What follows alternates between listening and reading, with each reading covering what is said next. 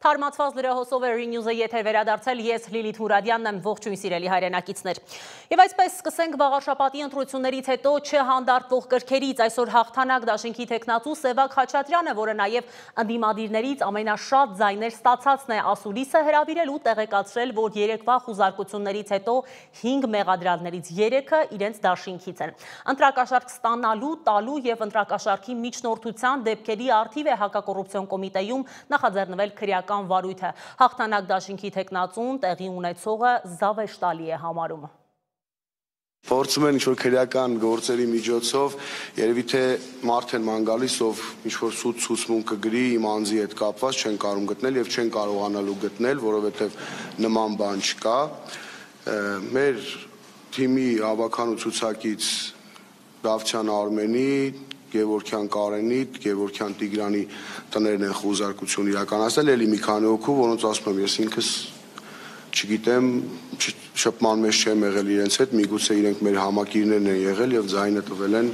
հաղթանակ դաշինքին։ Քրեական գործերը հարուցված են, հարցաքննություն եղել է, այո, ստորագրությամբ բաց են թողել բոլոր անդամներին, ձերբակալված անձ չկա, հետագան արդեն ցույց կտա։ Հայաքվեկ դիտորդական առաքելությունը ամփոփել է վաղարշապատի ընտրությունները, փաստորեն ընտրական խախտումների վիճակագրություն կա, դրանք հատկապես շատ են եղել Խոյում ու Արագածում, հիմնականում հաճախ են եղել ընտրատեղամասերի ներսում ու դրսում կուտակումները, բաց քվեարկության դեպքերը, ընտրատեղամասերին չափազանց մոտ փակցված գովազդային պաստառները, ոչ ամբողջական քվեաթերթիկների տրամադրումը։ Այս ընտրությունները աչքի են ընկել ընտրախախտումների աննախադեպ բարձր մակարդակով, մանավանդ նախկին Խոյամայնքի տարածքում, եւ դրանցից շատերը պատշաճ կերպով արձանագրված են մեր զեկույցում եւ ձեզ կներկայացվեն։ Ավելին ձեզ ասեմ, մեր զեկույցը նաեւ ամփոփման փուլում է, այսօր մենք կներկայացնենք նախնական տվյալները, բայց տվյալները շարունակում են գալ մեր դիտորդներից, նույնիսկ բոլորը չենք հասցրել այս ընթացքում։ Իդեպ Հանրապետություն կուսակցության վստահված անձիկ պահանջել են վերահաշվարկել 5 տեղամասային ընտրական հանձնաժողովների քվեարկության արդյունքները, այս մասին հայտնում են կենտրոնական ընտրական հանձնաժողովից, հիշեցնեմ, որ կուսակցության թեկնածուն վաղարշապատի համայնքապետի ընտրություններում 3,9% էր հավաքել։ Սամվել Կարապետյանը եւս 2 ամիս կմնա կալանքի տակ, դատարանը Երևանից էր քննում Կարապետյանի կալանքը երկարաձգելու միջնորդությունը, գործարարը կալանավորվել է հունիսի 18-ին, նրան մեղադրանք էր առաջադրված իշխանությունը զավթելու եւ սահմանադրական կարգը տապալելու հրապարակային կոչեր հնչեցնելու համար։ Կարապետյանն ու իր պաշտպանները սա համարում են քաղաքական հետապնդում, փաստաբան Արամ Վարդևանյանը այսօր լրագրողների հետ զրույցում գործընթացը բնորոշել է որպես իրավական ահաբեկչություն։ Ինչպես 2025 թվականի հունիսի 17-ին Հայաստանի Հանրապետության ամենաբարձր պաշտոն զբաղեցնող անձը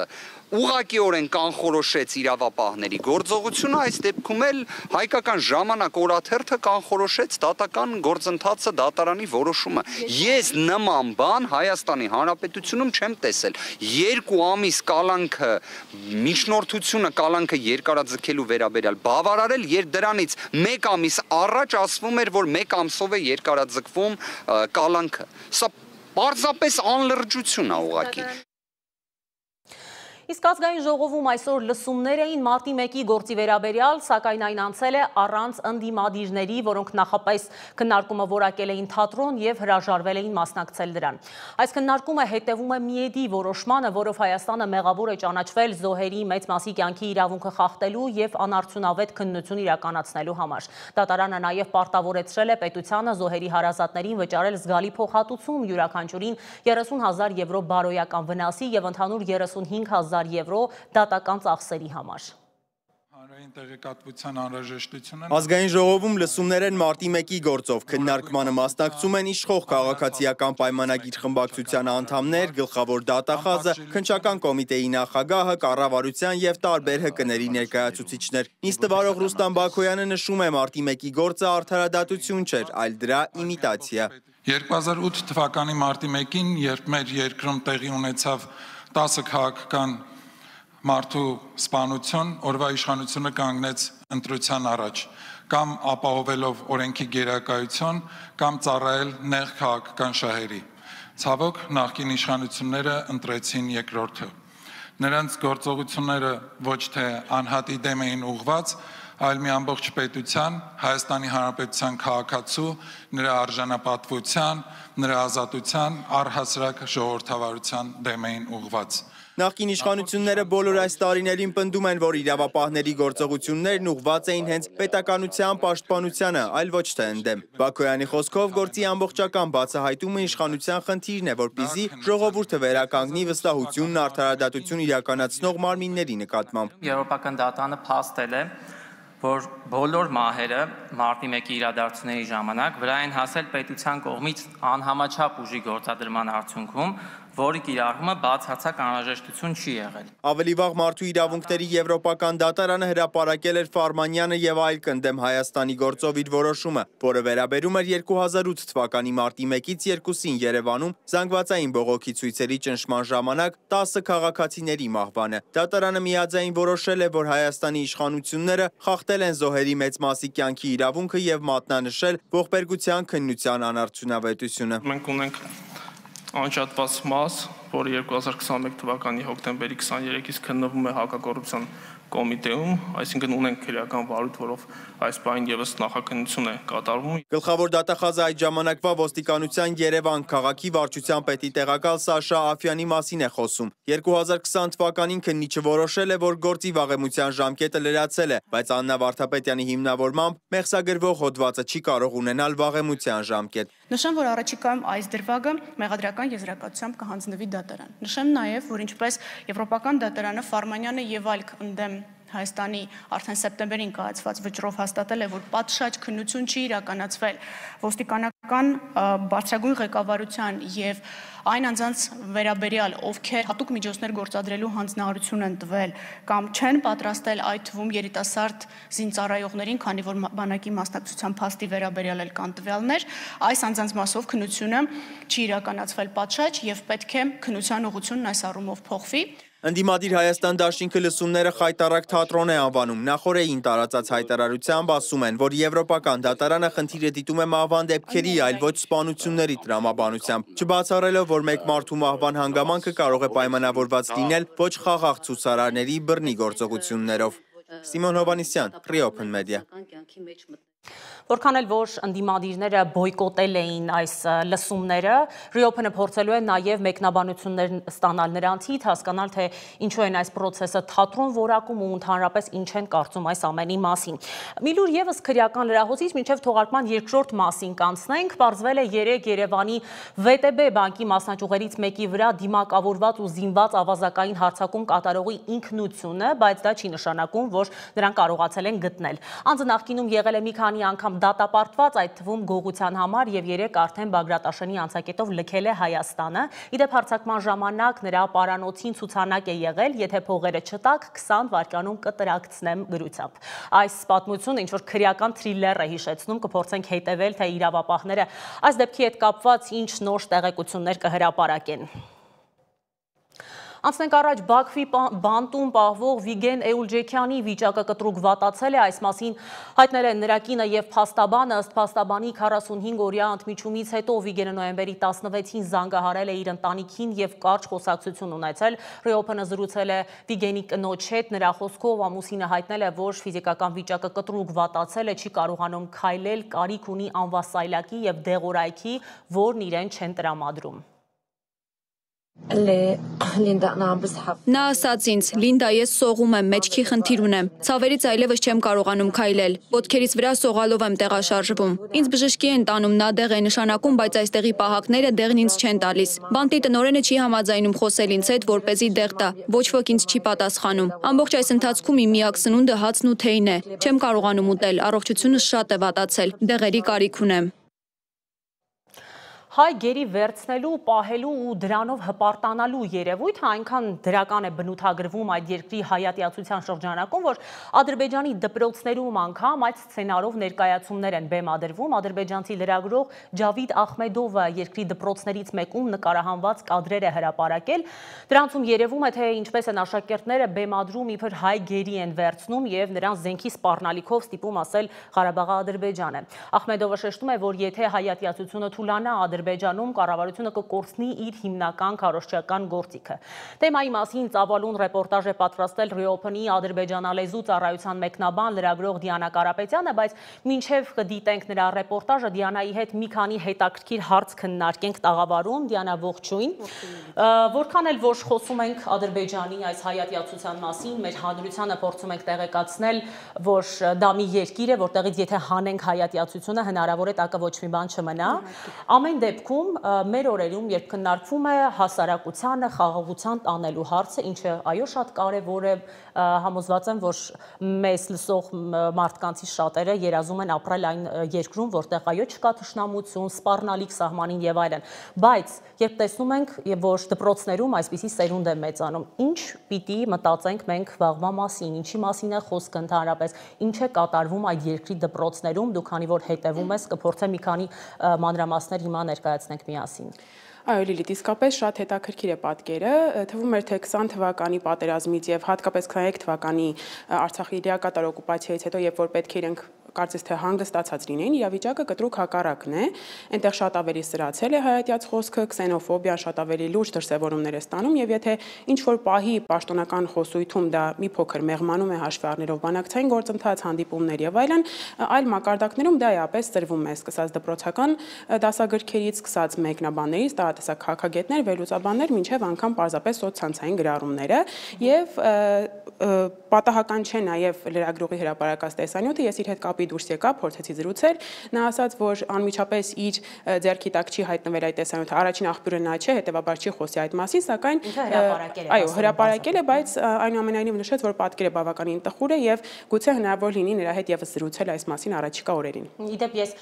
հիշեցի, որ տարիներ առաջ 2017 թվականին, եթե չեմ սխալվում, Ադրբեջանի դպրոցներից մեկում մի ներկայացում էր էլի մոտավորապես այսպիսի բեմադրվել, բայց այնտեղ հայերը իրենց հիմնական այդ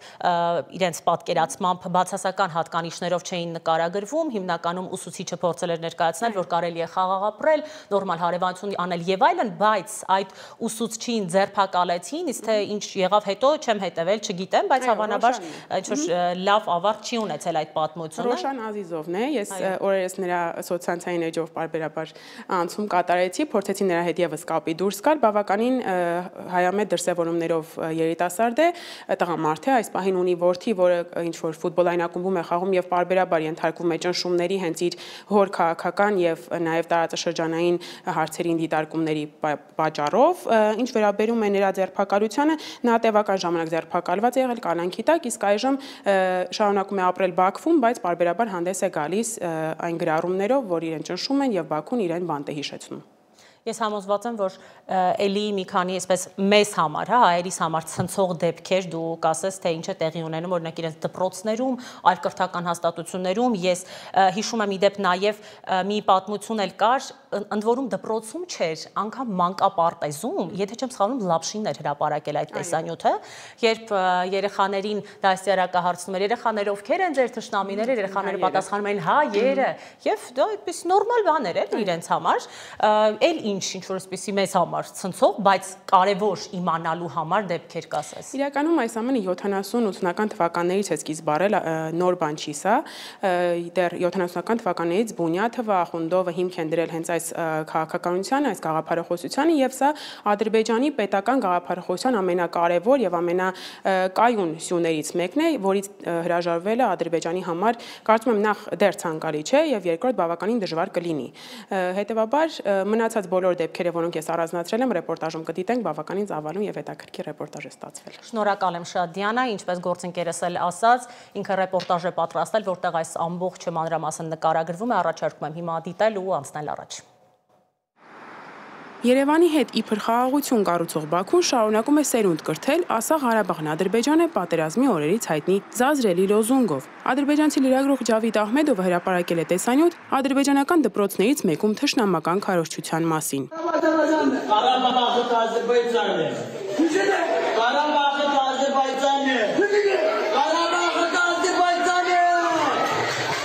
Այսպես է ձևավորվում նոր սերնդի աշխարհայացքը եւ այսպես է Ադրբեջան պետությունը հովանավորում թշնամանքը։ Դպրոցական դասագրքերում հայերին անվանում են ագրեսոր, թշնամի ու երեխաներին մանուկ հասակից ներարկում այն միտքը, որ հայերն իբր գողացել են ադրբեջանական հողերը։ Մինչդեռ սեփական արարքներին կողքից հետևելու դեպքում կնկատեին, որ իրենց իսկ բեմականացման մեջ բռնությամբ ու մահվան սպառնալիքով են կորզում Ղարաբաղն Ադրբեջան է արտահայտությունը։ Քարվաճարի 34 համարի դպրոցն է ու այս պատկերն է ողջ Արցախում։ Բռնազավթված տարածքների դպրոցներում ձևավորվել է մի ավանդույթ, երբ դասամիջոցի ժամանակ դպրոցի ամբողջ տարածքում երկու անգամ հնչում է Իլհամ Ալիևի ձայնը՝ Ղարաբաղը մերն է, Ղարաբաղն Ադրբեջանը։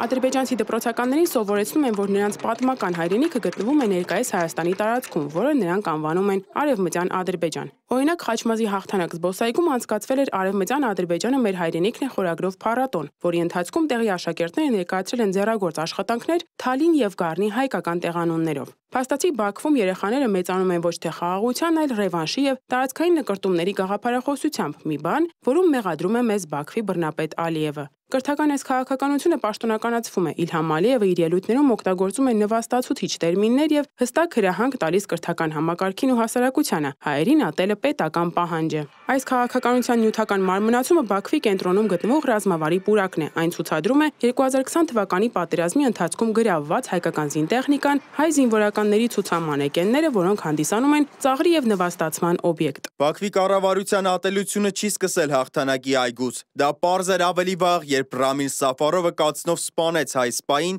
եւ նրան հերոսի պես ընդունեցին։ Այգին նույն տրամաբանությամբ է զոհվածների սաղավարտներով ու երեխաների համար ռասիստական մանեկեններով։ Սա անմարդկայնացում է։ Այս այգին հայատյացության դասագիրք է բաց երկնքի տակ, այն փոխանցում է հստակ ուղերձ, հակամարտությունը դեռ ավարտված չէ եւ ատելությունը պետք է շարունակվի։ Ադրբեջանում հայատյացության քարոզը սկսած դասագրքերից մինչեւ նախագահի խոսք եւ ռազմավարի պուրակի ցուցանմուշներ ապացուցում է, որ այն դարձել է պետական գաղափարախոսության առանցքը։ Մինչ միջազգային հանրությունը փորձում է խաղաղություն հաստատել, Բաքուն դաստիարակում է մի սերունդ, որը ծրագրված է նոր պատերազմների համար եւ իրական խաղաղության ակնկալիքը այդ երկրում արկա միտումները հաշվի առնելով ողջամիտ մարդկանց համոզմամբ միամտություն է։ Ձյանա Կարապետյան, Open Media։ Ֆրանսահայ 40 կազմակերպություն համատեղ հայտարարություն է տարածել հաջակցություն Արցախի ժողովրդի վերադարձի եւ այլ հիմնարար իրավունքների արդարադատության միջազգային դատարանի համապատասխան հրամանի 2-ամյակի առթիվ։ Հայտարարության մեջ ասվում է, որ արցախահայերի վերադարձի իրավունքը հեռավոր հույս չէ, այն արդարադատության հրամայական է, որը պաշտպանելը նշանակում է պաշտպանել մարդկային ընդհանուր արժեհամակարգը։ Միջազգային լրահոսին անցնենք, որտեղ շատ հետաքրքիր զարգացումներ են։ Սաուդյան Արաբիայի թագաժառանգ Մոհամմեդ բին Սալման ալ Սաուդը գնացել է Վաշինգտոն ու հանդիպելու է Դոնալդ Թրամփին։ Թե ինչով է այս լուրը այսքան սենսացիոն ու կարևոր, քննարկելու ենք Reopen-ի միջազգային լրահոսի պատասխանատու արևելագետ Դավիթ Գենջոյանի հետ։ Ողջույն Դավիթ։ Ողջույն Լիլիթ։ Փորձենք քո մասնագիտական դիտարկմամբ հասկանալ, թե ինչու է այս այցը այսքան կարևոր, եթե չեմ սխալվում 7 տարվա ընդմիջումից հետո։ Այո, հետաքրքիր է այցը, քանի որ 2018 թվականից ի վեր Սաուդյան Արաբիան, այսպես ասած, ակտիվ չէր միջազգային հանրությունում, ասպարեզում, քանի որ սպանություն էր տեղի ունեցել Թուրքիայի Սաուդյան Արաբիայի դեսպանատանը, սպանել էին Washington Post-ի լրագրողին, ով որ արտահայտություններ էր գրել ներկայիս ղեկավարի մասին, որը դուր չէր եկել։ Դրանից հետո բավական ծանր վիճակ, այո, համաշխարհային սկանդալ բարձրացավ, հիշում ենք այդ ժամանակ։ Շատ ծանր ժամանակներ էին, բայց դրանից հետո կարողացավ Բին Սալմանը վերցնել իր ձեռքը իշխանությունը ու բավական նորարարություններ էր կատարել Սաուդյան Արաբիայում։ Եթե նախկինում Սաուդյան Արաբիան վահաբիզմի պետություն էր, հենց կրոնապետություն, այժմ ավելի չափավոր իսլամ է այնտեղ, ավելի բաց է, երաժշտություն է թույլատրված, կանայք են աշխատում։ Շատ հետաքրքիր զարգացումներ եւ մենք անմասն չենք մնացել, մենք այդ շրջանում կարողացանք հարաբերություններ հաստատել Սաուդյան Արաբիայի հետ, ինչը գրեթե անհնար էր։ Այո, դիվանագիտական հարաբերություններ հաստատեցինք։ Եվ քո կարծիքով ինչու է Սաուդյան Արաբիան գնում դեպի մեր պատկերացմամբ ավելի քաղաքակիրթ աշխարհին մոտ, ինչ նպատակներ ունի։ Թրամփը լսեցինք արդեն, որ F-35-եր է պատրաստվում վաճառել, մի խոսքով ընդհանուր խաղի մեջ է փորձում մտնել, ընդ որում հենց գահաժառանգը։ Գահաժառանգը խնդիր ունի իր դիրքերը ամրապնդելու, քանի որ նա իր զարմիկներին ձերբակալեց, որպեսզի հասնի այդ իշխանության, եւ այժմ բավական լավ քաղաքականություն է վարում արտաքին, հարաբերություններ է հաստատել Իսրայելի հետ, փորձում է բանակցել, Սիրիայում աջակցեց ներկայիս իշխանությանը, այնուհետև տարբեր հարթակներում միջազգային ասպարեզում բավական ակտիվ գործունեություն է ծավալում, որպեսզի դուրս բերի այդ փակուղուց երկիրը, քանի որ շատ փակ վիճակում էր, չէր կարողանում օգտվել այդ տնտեսական բարիքներից, որը ներկայում կարողանում է թե ներդրումային, թե արդեն հրաժարվել նավթից, որ մեծ մասամբ տնտեսությունը կախված էր նավթից, այժմ շատ ավելի լավ վիճակում է գտնվում ու ցանկանում է խաղաղարարի դեր ստանձնել, քանի որ թե ռուս-ուկրաինական հարաբերություններում միջնորդի դեր ուներ, թե ինչպես տեսան Գազայի խնդրում նա բավական մեծ դեր ուներ։ Այսինքն ուզում է ամրապնդել ամբողջ արաբական աշխարհում, ոչ միայն արաբական աշխարհում, այլ նաև ամբողջ աշխարհում իր դիրքերը։ Շնորհակալ եմ Դավիթ, ես տեղեկացնեմ, որ իմ գործընկերոջ ռեպորտաժը ամբողջական կարող եք դիտել մեր գլխավոր թողարկմանը, իսկ հիմա մի հատված կդիտեք նրա պատրաստած միջազգային համառոտ տեսաշարում։ Ֆրանսիան եւ Ուկրաինան ստորագրել են պաշտպանական խոշոր նախագահների բնորոշմամբ պատմական համաձայնագիր, որով նախատեսվում է առաջիկա տասնամյակում մինչև 100 Ռաֆալ կործանիչների գնում։ Միևնույն ժամանակ ռազմաճակատում մարտերը շարունակվում են։ Ռուսաստանը հայտնում է Զապորոժիայի մարզում նոր առաջխաղացումների մասին, նաև հարվածներ է հասցրել Ուկրաինայի էներգետիկ ենթակառուցվածքներին։ Բալակլիա քաղաքի հրթիռակոծության հետևանքով 3 մարդ է զոհվել։ Ուկրաինայի դրոնային հարվածից Ռուսաստանի Օմսկի մարզում գազատարի վրա բռնկված հրդեհը մարվել է։ ՄԱԿ-ի անվտանգության խորհուրդը ընդունել է Միացյալ Նահանգների մշակած բանաձևը, որը հավանություն է տալիս Գազայում պատերազմը դադարեցնելու Թրամփի ծրագրին եւ թույլատրում միջազգային կայունացնող ուժերի տեղակայումը։ Մինչ Պաղեստինի իշխանությունները ողջունել են ծրագիրը, որն ընդունվել է Ռուսաստանի եւ Չինաստանի ձեռնպահ մնալու պայմաններում, Համասը մերժել է զինաթափման պահանջը։ Այս քաղաքական զարգացումը տեղի է ունենում այն ֆոնին, երբ տեղահանված գազացիները բախվում են խոշոր հումանիտար ճգնաժամի։ Չնայած գործող հրադադարին ձմեռային հորդառատ անձրևները հեղեղում են ժամանակավոր ճամբարներ, ընտանիքներին թողնելով առանց ապաստանի եւ ջերմության։ Սաուդյան Արաբիայի թագաժառանգ Մոհամմեդ բին Սալմանի եւ նախագահ Դոնալդ Թրամփի միջև Սպիտակ տանը սպասվող հանդիպումը նշանավորվում է նրա առաջին այցը լրագրող Ջամալ Խաշոկջիի սպանությունից հետո եւ նպատակ ունի վերջնականապես ամրագրել հարաբերությունների վերափոխումը, հակասական գործչից վերածվելով տարածաշրջանային առանցքային խաղաղարարի։ Վերջին տարիներին Բին Սալմանը ակտիվորեն միջնորդում է Ուկրաինայի հարցում, կարգավորում հարաբերություններն Իրանի հետ եւ առաջ մղում Գազայի հրադադարը, միևնույն ժամանակ հստակորեն պայմանավորվելով Իսրայելի հետ հարաբերությունների կարգավորումը Պաղեստինի պետության ստեղծմամբ։ Այս այցը ընդգծում է երկու երկրների գործարքային հարաբերությունները, որտեղ ռազմավարական շահերը գերակայում են մարդու իրավունքների խնդիրներին։ Իրաքի ընտրական հանձնաժողովը հաստատել է ընտրությունների վերջնական արդյունքները, համաձայն որոնց վարչապետ Մոհամմեդ Շի ալ-Սուդանի ընտրացուցակն առաջինն է 229 տեղանոց խորհրդարանում ստանալով 46 մանդատ։ Քանի որ ոչ մի կուսակցություն ինքնուրույն չի կարողանում կառավարություն ձևավորել, քաղաքական ուժերը ստիպված դաշինքներ են կազմելու այլ խմբերի հետ։ Այդ իսկ պատճառով մեծամասնություն կազմելու շուրջ ընթացող բանակցությունների պայմաններում նոր կառավարության ձևավորումը կարող է ամիսներ տևել։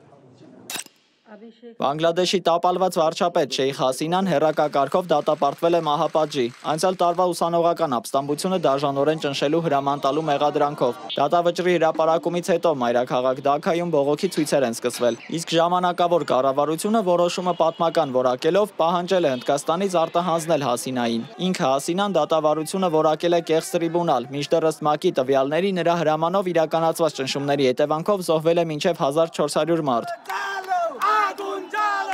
Վենեսուելայի նախագահ Նիկոլաս Մադուրոն ի պատասխան Միացյալ Նահանգների նախագահ Դոնալդ Թրամփի բանակցությունների հնարավորության մասին արտահայտությանը հայտարարել է, որ իր կառավարությունը բաց է ուղիղ երկխոսության համար։ Մադուրոն ընդգծել է դիվանագիտական կարգավորման հավատարմությունը, միևնույն ժամանակ դատապարտել է ռազմական ուժի կիրառման սպառնալիքները։ Երկու երկրների միջև հայտարարությունների այս փոխանակումը տեղի է ունենում տարիներ տևող լարված հարաբերությունների, Միացյալ Նահանգների պատժամիջոցների եւ Վենեսուելայի խորը քաղաքական եւ տնտեսական ճգնաժամի ֆոնին։ Դավիթ Գենջոյան, Open Media։ Եվ վերջում եւս մեկ լուր միջազգային լրահոսից Զելենսկին հաստատել է շրջանառվող շշուկները, որ արդեն վաղը մեկնելու է Անկարա, փորձելով վերակենդանացնել Ռուսաստանի հետ բանակցությունները պատերազմի ավարտի շուրջ։ Իդեպս թուրքական եւ միջազգային լրատվամիջոցների Թրամփի հատուկ բանագնաց Սթիվ Ուիթքոֆը նույնպես մեկնելու է Թուրքիա։ Նշել եմ, որ Ուկրաինայի նախագահը այսօր Իսպանիայում է, որտեղ հանդիպելու է կոնգրեսի նախագահի եւ սենատի ղեկավարի հետ, իսկ մինչեւ Իսպանիա մեկնելը Զելենսկին Ֆրանսիայում էր, որտեղ Մակրոնի հետ ստորագրել են փաստաթուղթ, ըստ որի Փարիզը պարտավորվում է առաջիկա տասնամյակում Ուկրաինային աջակցել մինչև 100 միավոր Ռաֆալ ժամանակակից կործանիչների ձեռքբերման հարցում։